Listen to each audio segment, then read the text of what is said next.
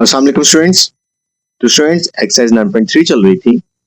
तो एक्सरसाइज 9.3 का question number 4, 9 class math, new book, chapter 9 और चैप्टर हमारे पास सिमिलर फिगर से रिलेटेड है। तो जिस तरह हमने 9.2 में हमने सिमिलर फिगर्स की मदद से एरियाज की रेशो और लेंथ्स की रेशोज फाइंड आउट की, तो इस तरह हम 9.3 में वॉल्यूम्स और लेंथ्स की रेशोज फाइंड आउट कर रहे हैं सिमिलर फिगर्स को यूज करके। तो आज क्वेश्चन नंबर 4 देख लेते हैं। क्वेश्चन नंबर 4 में वो क्या कह रहा है? वो कह रहा है कि find the value missing value in the following similar figures. तो हमारे पास जो गिवन सिमिलर फिगर्स है, इनमें हमने वैल्यूज फाइंड आउट करनी है। जो दी हुई है वो ओके है, जो नहीं दी हुई वो फाइंड आउट करनी है। तो सबसे पहले कि ये हमारे पास एक दो पैरामिड है। पैरामिड्स देखे हुए ना आपने, इजिप्ट के पैरामिड्स का आपने कार्टून वगैरह में, मूवीज वगैरह में देखे थे, वो दो पैरामिड्स हैं। तो ऑब्वियसली आपस में क्या है? सिमिलर है। अब यहाँ पे वॉल्यूम्स दिए हुए हैं और ये लेंथ्स दी हुई है। ऑब्वियसली वो कह रहा है कि मिसिंग वैल्यूज फाइंड आउट करनी है, तो वॉल्यूम यहाँ पे मिसिंग है और बाकी चीजें गिवन है, तो वो फाइंड आउट करनी है। तो इसको स्टार्ट कर लेते हैं। वो कह रहे हैं कि हम लिख लेंगे यहाँ ऐसे, कैसे लिखेंगे कि let the volume of the pyramids are V1 and V2 having.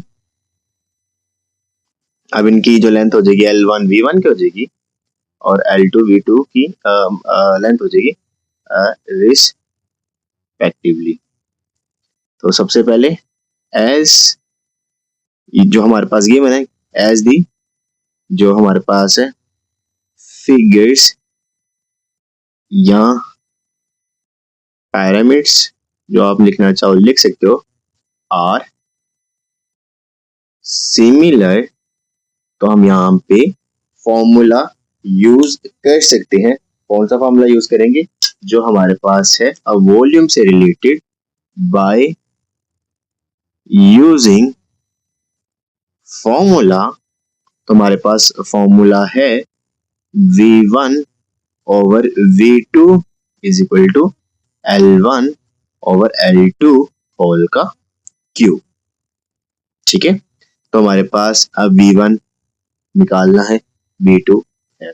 इस तरह V1 के हिसाब से ये लेंथ 1 गिवन है और लेंथ 2 भी गिवन है, तो हमने सिर्फ V2 को फाइंड आउट करना है और यहाँ पे वैल्यूज पुट कर देते हैं और ये देखना बिल्कुल सिंपली ये सॉल्व हो जाएगा। तो पुटिंग वैल्यूज, तो V1 एज इट इज और V2 की वैल्यू 1536 और L1 हमारे पास है 12 और L2 है 16 और होल का क्यूब एरिया। ठीक है, अब सिंपली यहाँ पे आप क्यूब ओपन भी कर सकते हो, लेकिन उससे पहले अगर आप सिंपलीफिकेशन करना चाहो अपनी आसानी के लिए तो वो भी ठीक है, कर लो। तो यहाँ पे देख लो, दोनों 4 के टेबल में जा रहे हैं। 4 3 12 एंड 4 4 16। तो V1 over 1536 is equal to 3 over 4 और होल का क्यूब हमारे पास सिंपली आ जाएगा। ठीक है, तो V1 over 1536 is equal to 3 का क्यूब यानी 3 multiply by 3 multiply by 3 over 4 का क्यूब यानी 4 मल्टीप्लाई बाय 4 मल्टीप्लाई बाय 4। तो V1 एज इट इज और ये डिवाइड हो जाएगा कि मल्टीप्लाई, उससे पहले इसको सॉल्व कर लेते हैं। 3 3 9 9 3 27 ओवर 4 4 16 एंड 16 4 64 और मल्टीप्लाई बाय 1536। इसको आप कैलकुलेटर से मल्टीप्लाई करके आंसर निकाल लोगे तो वो जो आंसर आएगा वो सेंटीमीटर क्यूब में आ जाएगा। ठीक है, इसको कैलकुलेटर से देख लेते हैं। तो यहाँ पे लिख लेते हैं। सबसे पहले 27 को हम मल्टीप्लाई कर लेंगे हम 1536 से, तो हमारे पास आंसर आ गया 41472 और जो आंसर आया उसको डिवाइड कर लेंगे किस पे? 64 पे। तो हमारे पास 648 सेंटीमीटर क्यूब। सिंपली हमारे पास ये जो छोटी वाली पिरामिड थी इसके वॉल्यूम का आंसर 648 सेंटीमीटर क्यूब आ जाएगा। ठीक है, तो ये हमारे पास एक पार्ट हो गया। अब नेक्स्ट पार्ट की तरफ चलते हैं। तो अब हमारे पास न्यूमेरिकल नंबर न्यूमेरिकल कह लो क्योंकि प्रॉब्लम ही है, तो प्रॉब्लम नंबर 2 है, पार्ट नंबर 2 क्वेश्चन नंबर 4 का। तो न्यूमेरिकल प्रॉब्लम भी इसको कह सकते हो, ऑब्वियसली क्वेश्चन प्रॉब्लम भी कह सकते हो क्योंकि हम इसमें कैलकुलेशन ही कर रहे हैं। तो यहाँ पे वॉल्यूम यानी अगर मैं सोल्यूशन लिखूं तो वॉल्यूम ही निकालना है, वॉल्यूम ऑफ स्मॉलर, ये सिलेंडर है, ठीक हो गया, इज इक्वल टू V1, वो हमने निकालना है, जबकि हमारे पास गिवन क्या क्या है, height of smaller cylinder is equal to H1, वो है हमारे पास 2.5 सेंटीमीटर, एंड उसके बाद वॉल्यूम, ये स्मॉलर सिलेंडर की बात होगी दोनों, अब ये दोनों बात करेंगे लार्जर सिलेंडर की, तो वॉल्यूम ऑफ जो लार्जर सिलेंडर है वो कितना है V2, और वो आ गया 171.5 सेंटीमीटर का क्यूब आएगा, ठीक हो गया। और इसी तरह हमारे पास हाइट ऑफ जो हमारे पास लार्ज सिलेंडर है H2, वो हमारे पास आ जाएगी 8.75 सेंटीमीटर। तो ऑब्वियसली कि एस जो हमारे पास एस, ये जो उसने क्वेश्चन के स्टार्टिंग में दे दिया था ना कि ये जो सॉलिड्स हैं, ये फिगर्स हैं, ये सिमिलर हैं, तो S both cylinders are similar, तो हम यहाँ पे फॉर्मूला क्या पुट करेंगे, यहाँ क्या फॉर्मूला हम लगा सकते हैं, यहाँ पे हम बाय यूजिंग फॉर्मूला, तो फॉर्मूला हम क्या यूज कर सकते हैं, V1 over V2 is equal to H, क्योंकि हाइट की बात हो रही है तो H1 ओवर H2 और होल का क्यूब आ जाएगा, ठीक है। तो यहाँ पे सिर्फ वैल्यूज पुट करेंगे और सिंप्लीफिकेशन करेंगे तो हमारा क्वेश्चन भी सॉल्व हो जाएगा, ठीक है। तो सबसे पहले वैल्यूज पुट कर लेते हैं और जो हमारे पास है वो लिख लेते हैं। तो V1 तो हमने फाइंड आउट करना है, ओवर जो हमारे पास V2 है उसकी वैल्यू है 171.5 इज इक्वल टू जो हाइट 1 है वो है 2.5 ओवर जो हाइट 2 है वो है 8.75 और होल का क्यूब आ गया। अच्छा, आप यहाँ पे ना सिंपली इनको डिवाइड करके इनका क्यूब भी ले सकते हो, या सिंप्लीफिकेशन करके लहदा करके क्यूब भी ले सकते हो, या आप जिस तरह से भी करना चाहो कर सकते हो, ठीक है। तो ये मैं थोड़ा सा ना मैं सोच रहा था कि इनकी ना सिंप्लीफिकेशन पहले कर लेते हैं कि लाइक 2.5 है ना, इसका पॉइंट खत्म करेंगे, देखना। तो मैंने 2.5 का पॉइंट खत्म किया तो 8.75, तो ये पॉइंट खत्म करके 1 और 0 नीचे आ गया, ठीक है, और होल का क्यूब आ गया। अब इसका जब मैंने पॉइंट खत्म किया तो इसके नीचे 1 आ गया और 0 0 आ गया। अब देखो डिवाइड के नीचे डिवाइड हो रहा है तो ये ऊपर जाके मल्टीप्लाई हो जाएगी, ये वैल्यू पढ़ी है ना हमने मैथ में, अगर एक चीज डिवाइड के नीचे डिवाइड हो रही हो तो वो ऊपर जाके मल्टीप्लाई हो जाती है। तो V1 over 171.5 is equal to 25, क्योंकि पॉइंट खत्म हो गया 25 मल्टीप्लाई बाय 100 ओवर हमारे पास आ जाएगा 875 मल्टीप्लाई बाय 10 और होल का क्यूब आ गया। ये 0 इस 0 से चला गया तो V1 over 171.5 is equal to 250 over 875, ठीक है। अब इसको ना हम 5 के डबल में ले लेते हैं, 5 5 द 25 एंड 0 और 5 1 द 5 1 कैरी, 5 3 ज़ा 15 2 कैरी और 5 5 दा 25। अब इसको 5 पे ले लेते हैं, 5 1 दा 5 और 0, 5 2 ज़ा, एक मिनट ये हमारे पास आ गया 5 3, तो ये आ जाएगा यहाँ पे 5 1 दा 5 3 बच गया ना, तो 5 7 ज़ा 5, ये हमारे पास आ जाएगा 5, हाँ 5 7 दा 35 और 2 कैरी, क्योंकि यहाँ पे 2 नहीं बचा, सॉरी, तो 5 1 दा 5 3 बच गया, 5 7 दा 35 और 2 बच गया, 5 5 दा 25, ठीक है। अब 175, अच्छा ये हो गया, तो 5 1 दा 5 और 0, तो 5 3 ज़ा 15 2 बच गया और 5 5 दा 25, तो हमारे पास V1 ओवर 171.5। अब 10 का क्यूब ले लिया वो 100 आ गया और 35 का क्यूब आप सिंपली उसे ले लो कैलकुलेटर से और जो आपका आंसर आएगा वो सिंपली आप इसको लिख लेना, ठीक है। तो ये मैं कैलकुलेटर से इसका क्यूब जरा ले लेता हूँ। तो हमारे पास कैलकुलेटर पे 35 इसका मल्टीप्लाई बाय 35 और मल्टीप्लाई बाय 35, ठीक है। तो 42875, तो 42875 और जब V1 को मल्टीप्लाई कर दोगे लाइक ये वैल्यू, अच्छा आप डायरेक्ट भी कर सकते थे, तो मैंने वैसे सिंप्लीफिकेशन के लिए किया 100/4287 मल्टीप्लाई बाय 171.5। तो सिंपली आप सबसे पहले 100 को 100 मल्टीप्लाई बाय आपके पास आ जाएगा 171.5 और जो आपका आंसर आया उसको आप डिवाइड कर दोगे, जो आंसर आया उसको आप डिवाइड कर दोगे कितने पे, और आप 4287 पे जब डिवाइड करोगे तो 4.00 लाइक आप 4 भी लिख सकते हो और सिंपली आपके पास आ जाएगा क्या, इसका सेंटीमीटर का क्यूब आ जाएगा, ठीक है। तो 4 सेंटीमीटर क्यूब इसका सिंपली आपके पास आंसर। नेक्स्ट न्यूमेरिकल है, मतलब दोबारा से मैं न्यूमेरिकल बोल रहा हूँ। हमारे पास पार्ट है क्वेश्चन नंबर 4 का, पार्ट नंबर 3 और सिमिलर फिगर है और सेम इसी में भी वो कह रहे हैं कि V1 की वैल्यू फाइंड आउट करो, लेकिन इस बार मसला ये है, हमारे पास मसला ये है कि इस बार एरिया दिया हुआ है और वॉल्यूम की वैल्यूज फाइंड आउट करनी है, मतलब ये वॉल्यूम फाइंड आउट करना है। तो एरिया और वॉल्यूम का रिलेशन बन तो जाता है, लेकिन उसका मसला ये है कि वो बड़ा टफ सा एक सीन हो जाता है। तो सबसे पहले मैं एरिया को कन्वर्ट करता हूँ, दोनों के एरियाज को लेता हूँ, तो उसकी रेशियोज बनाता हूँ उसकी लेंथ के साथ। जब लेंथ के साथ रेशियो बन जाएगी तो लेंथ का जब क्यूब ले लेंगे वो वॉल्यूम बन जाएगा, क्योंकि एरिया लेंथ का स्क्वायर होता है और वॉल्यूम लेंथ का क्यूब होता है।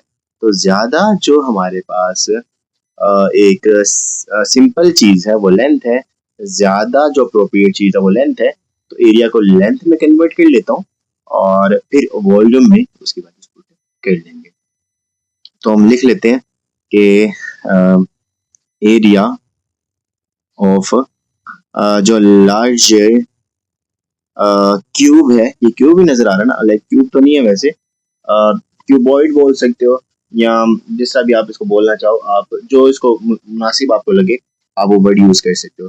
क्यूब में तो सारी मतलब जो वैल्यूज होती हैं वो सेम होती हैं, लाइक जो आप उसको कह लो कि उसकी मतलब सारी लेंथ सेम होती हैं, तो ये क्यूबॉइड कहना ही ज्यादा मुनासिब है। तो क्यूबॉइड ठीक हो गया। तो ये ऑफ लार्ज जो क्यूबॉइड है तो उसकी कितनी वैल्यू हमारे पास आ गई, 392 है। तो 392 सिंपली आप यहाँ पे लिख दो, ठीक हो,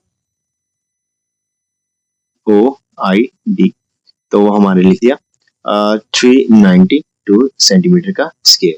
इसी तरह हमारे पास जो दूसरी वैल्यू है area of smaller cuboid CUBOID is equal to, तो हमारे पास है 162 सेंटीमीटर का स्केयर, ठीक है। तो अब सबसे पहले इनकी रेशियोज निकाल लेते हैं लेंथ्स की, ताकि वॉल्यूम सिंपली सॉल्व आउट हो सके।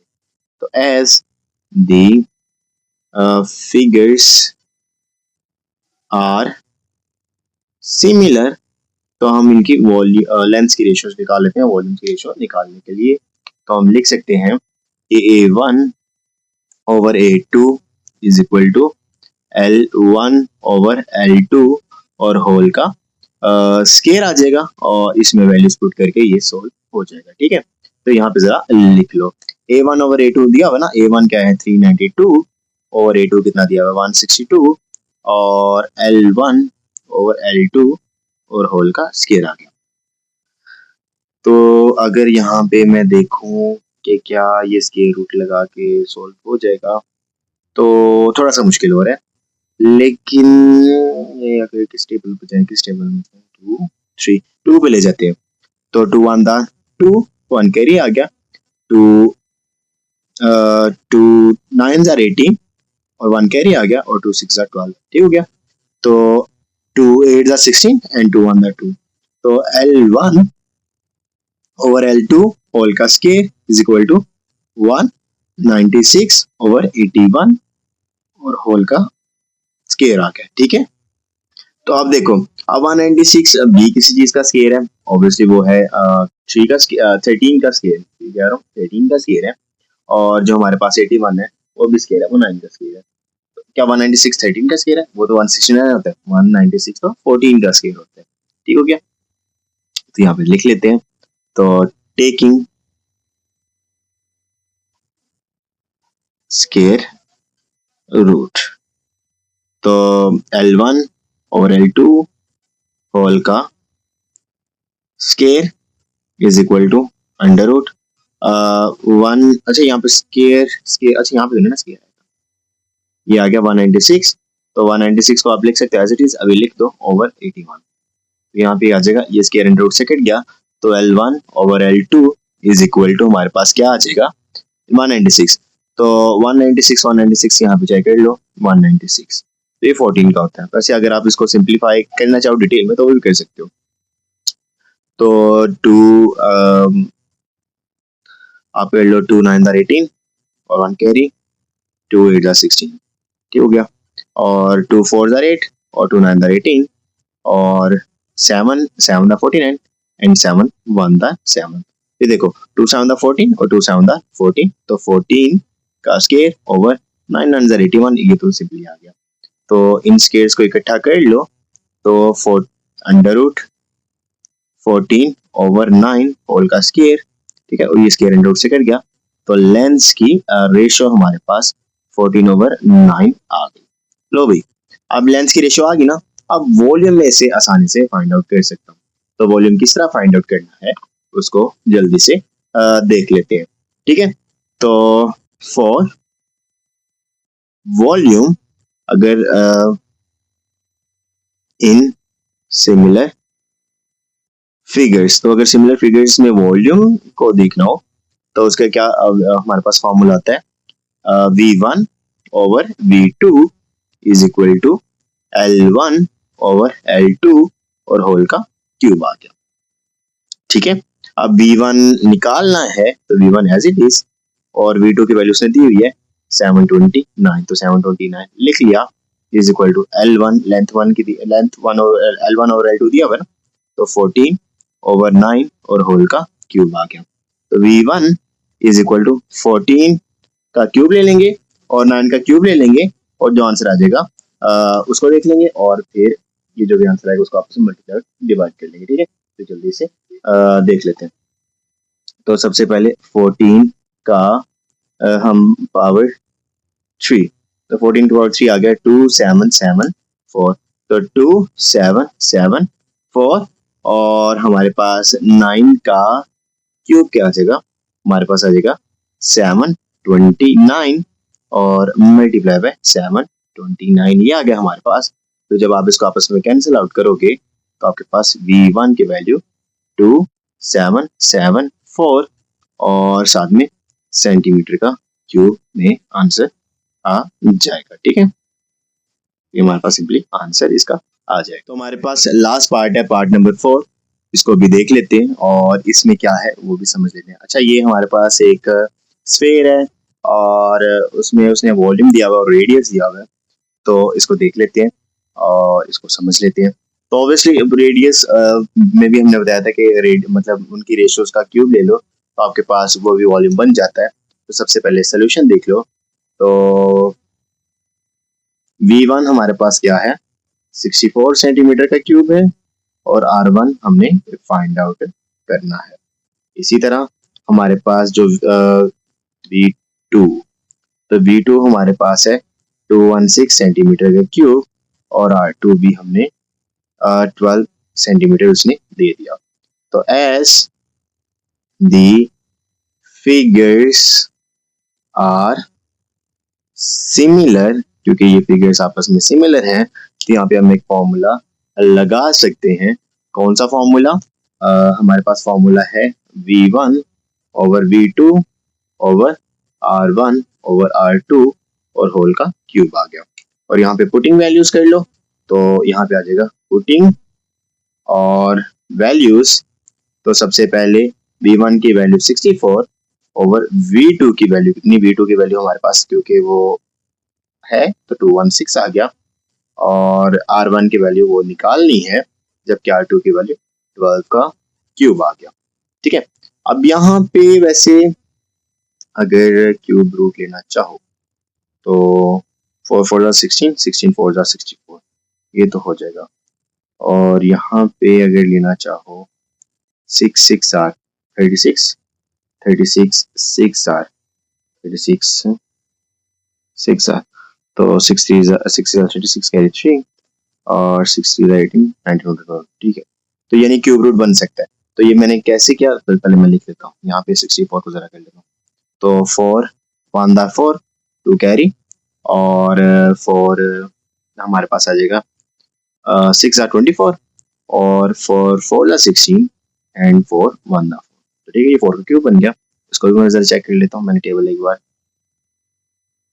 तो 6 6 3 जार 18, और 3 बच गया, 6 6 36, और 6 6 36 एंड 6 1 6, ठीक है, मैंने सही कर दिया। ये आ गया हमारे पास, आ गया 4 मल्टीप्लाई बाय 4 मल्टीप्लाई बाय 4, और ये आ गया हमारे पास 6 multiply by 6 multiply by 6 is equal to R1 over R2, और ये आ गया हमारे पास होल का R2 की जगह 12, सॉरी 12, और होल का क्यूब आ गया। ठीक है, तो इसको पहले इकट्ठा कर लेते हैं। तो 4 का क्यूब ओवर 6 का cube is equal to R1 over 12 और होल का क्यूब। ये क्यूब्स इकट्ठे कर लो, तो 4 ओवर 6 होल का cube is equal to R1 over 12 whole का क्यूब। तो टेकिंग क्यूब रूट, ठीक है। तो अब ये देखो, अब यहाँ पे क्योंकि पावर्स मैंने बताया था एक्सपोनेंशियल लॉ के मुताबिक भी आप कह सकते हो कि पावर सेम आ गया, तो नीचे वाली भी चीज सेम होगी, बेसिस सेम होंगी। नहीं, अगर आपने वैसे करना तो ऑब्वियसली दोनों तरफ क्यूब रूट ले लो, तो फिर भी आपका हो जाएगा। तो जब आप क्यूब रूट लोगे तो 4 ओवर 6 होल का cube is equal to R1 over 12, और क्यूब और होल का क्यूब रूट ले लिया, तो ये क्यूब क्यूब रूट से कैंसिल आउट हो जाएगा। तो 4 over 6 is equal to R1 over 12। अब 12 इधर जाके मल्टीप्लाई हो जाएगा, तो R1 is equal to 4 multiply by 12 over 6, 6 1 6, 6 2 12, और 4 2 हमारे पास 8, और साथ में सेंटीमीटर हमारे पास इसके रेडियस का आंसर आ जाएगा। ठीक है।